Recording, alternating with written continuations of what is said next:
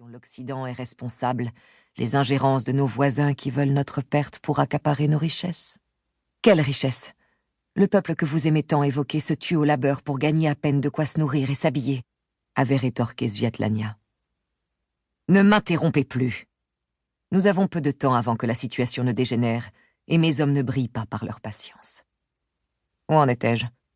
Ah oui, au fait que vous avez de toute évidence perdu ces élections. Votre présence ici prouve le contraire, avait objecté Nikolai. L'émissaire ne releva pas.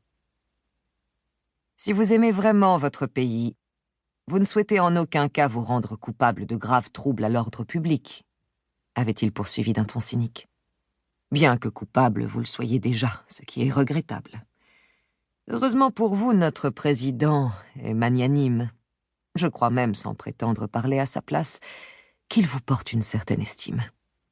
Vous avez mené une belle campagne pour une personne de votre condition, une femme, de surcroît. Vous vous êtes amusé, c'est bien, avait-il ajouté en faisant claquer sa langue. C'est important de s'amuser de temps en temps, sinon la vie serait si triste. Mais c'est fini. Dans un excès de générosité qui l'honore, notre président m'a chargé de vous transmettre une proposition que vous ne pourrez refuser tant elle est à votre avantage. À moins que vous ne soyez stupide, et ça, j'en doute.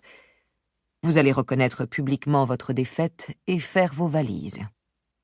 Vous pourrez emporter toutes les affaires dont vos chérubins auront besoin, quelques lectures aussi, si cela vous chante. Et cette nuit, nous vous escorterons à la frontière lituanienne. Vous ne reviendrez plus.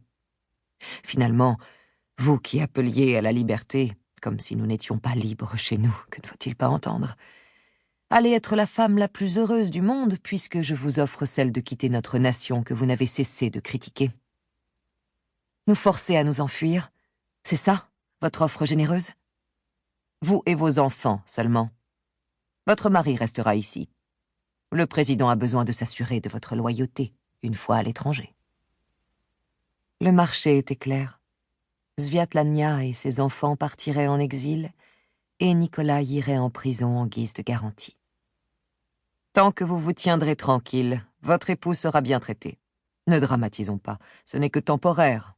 1 an ou 2 au plus. Quand cette journée ne sera plus qu'un lointain souvenir, et il ne tient qu'à vous d'être sage, Nikolai pourra vous rejoindre. Et si je refuse? Mes hommes vous embarqueront avec votre mari. Vos enfants seront confiés à un orphelinat. Nous ne sommes pas des sauvages.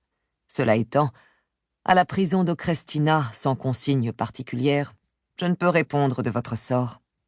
C'est à vous de décider. L'émissaire ne souriait plus du tout.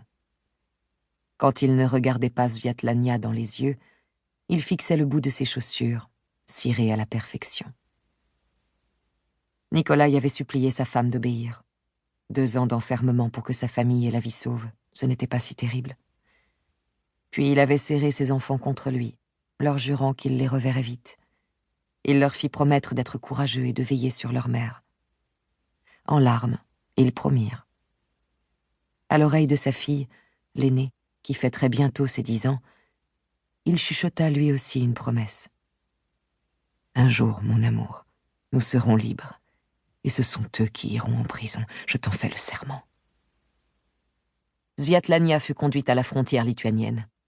Cette nuit-là, les hommes et femmes qui avaient mené campagne pour elle furent expulsés de leur pays, et parmi eux, Roman et Sofia, 2 jeunes figures importantes de la résistance.